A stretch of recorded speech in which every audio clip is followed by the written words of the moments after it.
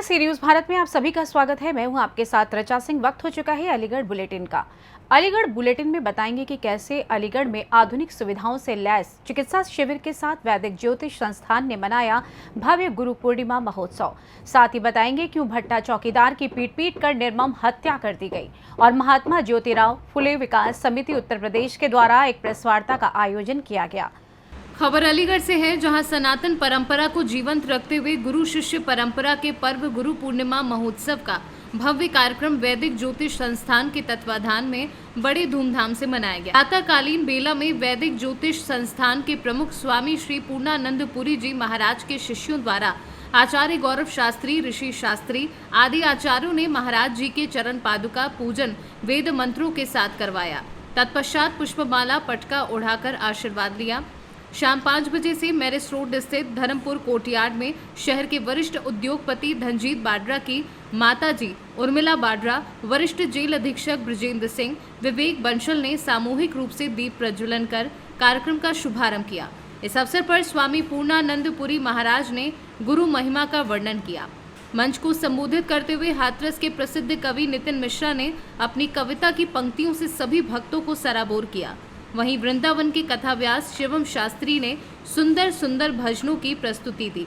गुरु पूर्णिमा महोत्सव में आए भक्तों को किसी भी प्रकार की असुविधा ना हो, इसके लिए आरोग्य health care and pain management centre के एमडी बसंत कुमार सिंह ने प्राथमिक चिकित्सा शिविर लगाया। देर शाम प्रांगण में पधारे सभी भक्तों ने पूज्य गुरुदेव से चंदन लगवाकर आशीर्वाद लिया। इस अवसर पर शिवनारायण शर्मा, पीसी शर्मा, जितेंद्र गोविल, ठाकुर राहुल सिंह सहित सैकड़ों की संख्या में भक्त उपस्थित रहे। देखिए, आस्था और ये श्रद्धा का एक महापर्व होता है जिसको गुरु पूर्णिमा कहते हैं। हमारे यहाँ शास्त्रों में जो भारत देश की महिमा है उसका कारण क्या है महिमा होने का, या भारत हमारा विश्वगुरु इसलिए है क्योंकि यहाँ कोई भी छोटा भी काम करता है उसका परोपकार व्यक्ति करते ही माने छोटे से भी काम का एहसान मानते हैं। तो गुरु तो एक इतना बड़ा दायित्व है, इतना बड़ा उपलब्धि है, इतना बड़ा भगवान के सदृश नहीं, भगवान से ऊपर है, जिसने कि हमारी जो अज्ञान रूपी हमारा अंधकार है उसको दूर करने के लिए शास्त्र जैसे ज्ञान रूपी प्रकाश में प्रदान किए, वो केवल गुरु ने ही प्रदान किया। तो जब गुरु ने हमें सब कुछ दिया, हमारा अंधकार दूर किया, हमारी आध्यात्मिक, भौतिक, शारीरिक हर तरह की संरचना को हमें आगे बढ़ाने का प्रयत्न किया, तो वो गुरु उसका पर्व है। उस पर्व को कैसे हिंदुस्तानी भूल जाएंगे? तो इसीलिए उस पर्व को मनाने के लिए, उस पर्व की आस्था और श्रद्धा को उसमें जोड़ने के लिए इतना भव्य और दिव्य आयोजन होता है। तो आज के दिन धर्मपुर कोर्टयार्ड में भी अलीगढ़ शहर के भक्तों का तांता आज वैदिक ज्योतिष संस्थान पर सुबह से लगा रहा था। अभी ये लोग यहाँ भी आ रहे हैं भक्त, और ये देर रात्रि तक ये कार्यक्रम चलेगा। इसमें सभी लोगों का जो आए हुए भक्त हैं, गुरु भक्त हैं, उन सभी को ढेर सारा आशीर्वाद, बहुत बहुत शुभकामनाएं। देखिए, यही तो श्रद्धा और भक्ति है। बहुत दूर से कई जनपदों के यहाँ लोग आ रहे हैं, उनकी केवल श्रद्धा और आस्था ही तो है, और वो श्रद्धा और आस्था उन्हें वहाँ यहाँ लेकर के आती है और उनकी मनोकामनाएं पूरी होती है। गुरु कोई शरीर रूप में नहीं होता, हम कोई गुरु नहीं, गुरु एक तत्व होता है जो परब्रह्म परमेश्वर से भी बड़ा होता है, और परब्रह्म परमेश्वर के द्वारा ही वो प्रदत्त होता है। तो वो उस गुरु तत्व को नमन करने के लिए आते हैं, और उनकी श्रद्धा के साथ आते हैं। वो श्रद्धा की उनकी जितनी भी श्रद्धाएँ हैं वो सब भगवान उनकी पूर्ण करते हैं, श्रद्धा के साथ उनकी मनोकामना पूर्ण करते हैं। आपके चैनल को देखने वाले जितने भी लोग हैं उनकी मनोकामना पूर्ण करते हैं। अलीगढ़ से सी न्यूज़ संवाददाता संजीव शर्मा की रिपोर्ट। अलीगढ़ जनपद के थाना बरला इलाके के गांव दत्तावली में ईंट भट्टे पर चौकीदारी करने वाले 65 वर्षीय चौकीदार की देर रात अज्ञात बदमाशों द्वारा लाठी डंडे से पीट कर निर्मम हत्या किए जाने का मामला सामने आया है। हत्यारों द्वारा भट्टा चौकीदार की हत्या करने के बाद उसकी लाश को ईंट भट्टे से करीब 300 मीटर दूर सुनसान जगह पर फेंककर हत्या में इस्तेमाल किए गए खून से लथपथ लाठी डंडे वारदात स्थल पर छोड़कर हत्यारे मौके से फरार हो गए। सुबह ग्रामीणों ने जब भट्टा चौकीदार की खून से लथपथ लाश पड़ी देखी तो एक बच्चे के द्वारा इसकी सूचना मृतक के बेटे को दी, और उसके बाद महिलाओं समेत ग्रामीणों का जमावड़ा लाश को देखने के लिए घटनास्थल पर लग गया। ग्रामीणों द्वारा भट्टा चौकीदार की हत्या की सूचना पुलिस को दी। चौकीदार की हत्या किए जाने की सूचना मिलते ही पुलिस महकमे में हड़कंप मच गया। और आनन फानन में पुलिस के उच्च अधिकारी इलाका पुलिस के साथ डॉग स्क्वाड और फॉरेंसिक टीम को लेकर मौके पर पहुंच गए। मौके पर पहुंची फॉरेंसिक टीम ने घटना से साक्ष्य इकट्ठा करने शुरू कर दिए, जिसके बाद पुलिस ने मृतक भट्टा चौकीदार के शव को मॉर्चरी पोस्टमार्टम के लिए भेज दिया है। क्या नाम है आपका? मेरा नाम खिल्ला है। कहाँ के रहने वाले हो? नौशा थाना कौन सा पड़ता है? बल्ला। अच्छा, क्या घटना हुई थी ये तो मालूम नहीं, ना पर के मारपीट की है भट्टे पे से। अच्छा चौकीदारी पे आते थे रात को, सुबह शाम को 6 बजे, अच्छा सुबह को 6-7-8 बजे तक घर पहुंच जाते थे। जी। आज पहुंचे नहीं तो मैं भी भट्टे पे रहता हूँ, पल्ले वाले डी के भट्टे पे। अच्छा। वहाँ से मेरे पास खबर पहुंची, जब वहाँ पर आने के देखा तो फिर वहाँ पर बताइए, आने के वहाँ पर मुझे भी नहीं बताई थी पूरी तरीके क्या कहता हुई। वहाँ पर आने के तो जब पता चल गई कि बात हो गई। आपको क्या पता चला था? अब वो मेरे पास बच्चा गया था, कहूँ कोई नहीं बताई। यहाँ पर आने के मेरे खुद पुलिस अच्छा। वालों ने बताया था कि ऐसे ऐसे कम बात हो गई। वहाँ पर बॉडी पड़ी है, आपके पिताजी हैं, कौन है? मैंने हाँ मेरे पापा हैं, अच्छा मोहम्मद आरिफ खान, गाँव के नौशेर, अच्छा। बल्ला थाना। अच्छा, उम्र कितनी रही होगी इनकी? कि 65 से ऊपर ही है कम से कम। ठीक। दिनांक 3/7/23 को थाना बरला क्षेत्रांतर्गत एक शव मिला, जिसमें हत्या की आशंका व्यक्त की जा रही है। सूचना प्राप्त होते ही तत्काल मौके पर थाना police, field unit, dog squad, surveillance team मौके पर पहुंचे। मृतक ईंट भट्टे पर चौकीदारी का काम करता था। मृतक का पंचायतनामा भर के पीएम के लिए भेज दिया गया है। परिजनों से तहरीर प्राप्त करके अभियोग पंजीकृत कर लिया गया है।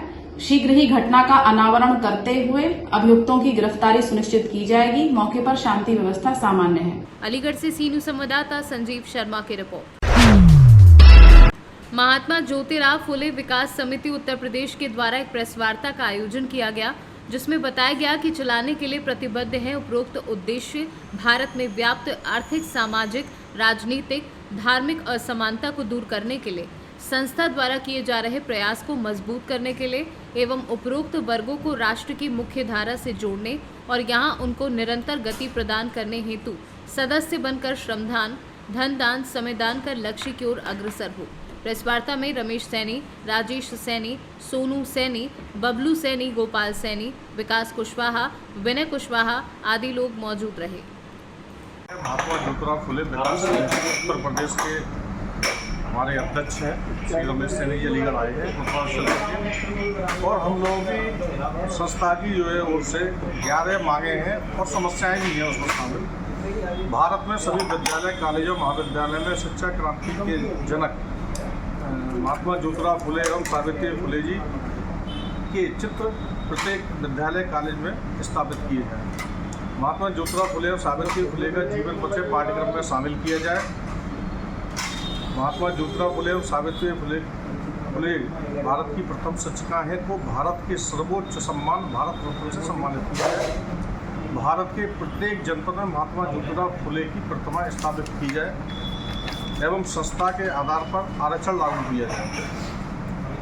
भारत में चहुमुखी आर्थिक एवं सामाजिक, राजनीतिक एवं धार्मिक असमानता दूर करने के लिए समान शिक्षा व्यवस्था लागू की जाए।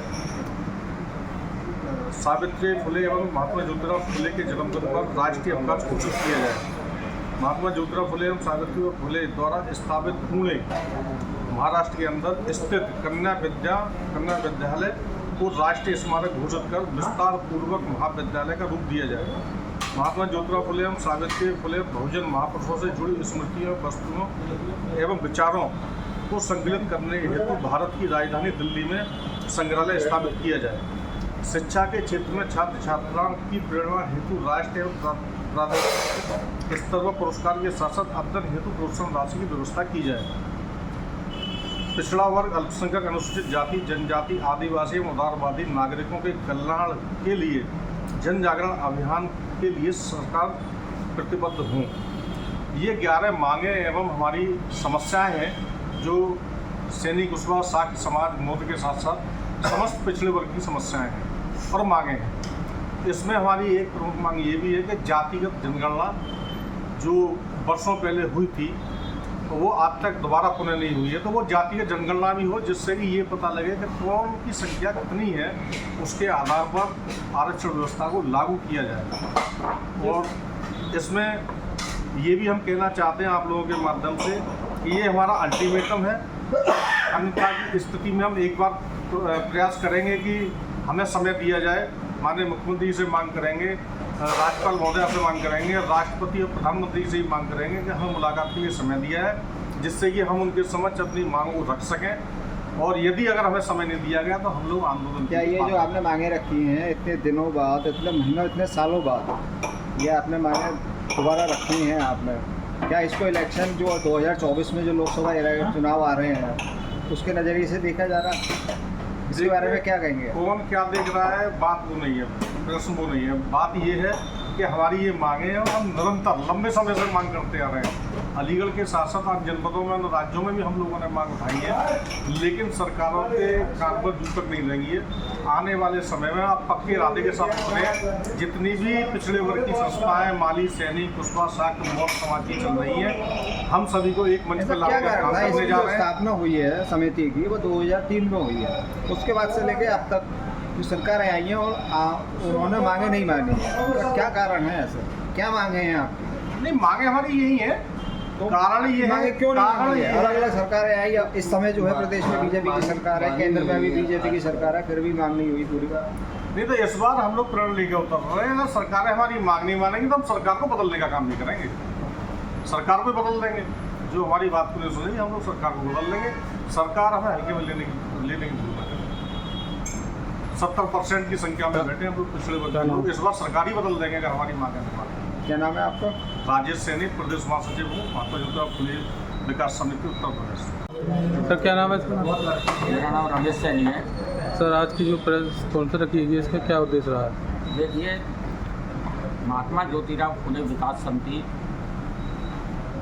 निरंतर 20 साल से बहुजन महापुरुषों की लड़ाई लड़ती। इसी के साथ साथ सैनिक कुशवा सात मौत समाज को जो शिक्षा में जो आरक्षण, जो अधिकार मिलना चाहिए वो अधिकार हमें अभी तक नहीं मिला, क्योंकि हमें केवल 27% पिछड़ों को आरक्षण है। लेकिन उस हिसाब से जो हमारे हिस्सा है, हमारा 18% हम उसमें आते हैं। लेकिन हम ये चाहते हैं गवर्नमेंट से, चाहे हमारे 1% मिले, हमारी जाति जनगणना कराई जाए और हमारा हिस्सा हमें दिया जाए। जिसका जितना हिस्सा है उसको उतना हिस्सा दिया जाए। तो जाति जनगणना कराने के लिए हमारा मुख्य उद्देश्य है। और जो बहुजन महापुरुष हैं, महात्मा ज्योतिराव फुले, माता सावित्रीबाई फुले, इन्होंने शिक्षा क्षेत्र में काफ़ी काम किया है। तो हम चाहते हैं कि उनको भारत रत्न मिले। और इस लड़ाई को हमने उत्तर प्रदेश से लेकर संसद तक हमने इस लड़ाई को लड़ा है और जंतर मंतर पर भी धरना दिया है। ऐसा नहीं है कि आज 2024 को लेकर के ही हम कार्यक्रम को कर रहे हैं। काफ़ी दिनों से ये हमारे काफ़ी 20 साल से हमारा ये कार्यक्रम चल रहा है और इसी कार्यक्रम को आगे बढ़ाने के लिए और तेज धार देने के लिए हम श्री राजेश सैनी को प्रदेश का संयोजक, इस लड़ाई को जो लड़ेंगे इनका संयोजक आज नियुक्त। अगर आपकी मांगे पूरी तो आगे का कदम रणनीति क्या होगी? देखिए, आगे रणनीति हम आंदोलन पहले भी किए और आगे भी करेंगे। इतने सालों से मांगे पूरी सर नहीं हो रही हैं। 20 साल से 20 साल से आप प्रयत्न कर रहे हैं, सरकार आंदोलन कर रहे हैं, हमें धरने दे रहे हैं। ऐसा क्या कारण रहा है? देखिए, जितनी भी सरकार आई, सरकार गई, लेकिन सरकार सुन क्यों नहीं रही है? उसका ऐसा कारण क्या है? मैं यही कहना चाह रहा हूँ, जितनी भी सरकारें आई हैं जिन्होंने पिछड़ों का, दलितों का शोषण किया, इनको सिर्फ इस्तेमाल किया है वोट के लिए। जब वोट का समय आता है तो बोलते हैं हिंदू है, और जब वोट लेते हैं उसके बाद हमें जातिगत आधार से बांट देते हैं। जिन सर, पार्टियों की सरकार आई वो उनका यही सपा थी पिछले वर्ग में थी जी, और बीएसपी थी वो एससी में थी सरकार। अब जो आई है अब भी ये आपकी पिछड़े वर्ग की सरकार है, प्रदेश का तो क्या कहेंगे?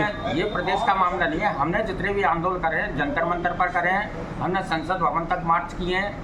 तो ये लड़ाई केंद्र सरकार की है, ये कोई किसी प्रदेश का मामला नहीं है, पूरे भारत का मामला है। हमें प्रदेश से मतलब हमें देश से जो भारत रत्न मिलेगा वो देश को दिखाना बीजेपी में 2014 में प्रधानमंत्री बने हैं नरेंद्र मोदी, उससे पहले तो कांग्रेस के प्रधानमंत्री थे। हाँ, हमने कांग्रेस की सरकार थी, हमें लड़ाई लड़ी है, पूरी नहीं हुई। हाँ नहीं हुई मांग, वो लड़ाई तो लड़ी। आप इसका दोष किसको मढ़ेंगे? इसका किस सरकार के ऊपर मरेंगे, किस पार्टी के ऊपर? राजनीतिक स्तर जो भी सरकार आई, मैंने पहले भी कहा है, सभी सरकारों ने पिछड़ों का, दलितों का हमेशा शोषण किया। और हम आगामी जो चुनावों में मेरा एक सवाल हो रहा है कि जब सरकार द्वारा इस समय जो योजनाएं चल रही हैं उनका आपको लाभ आपकी उनको मिल रहा है नहीं मिल रहा?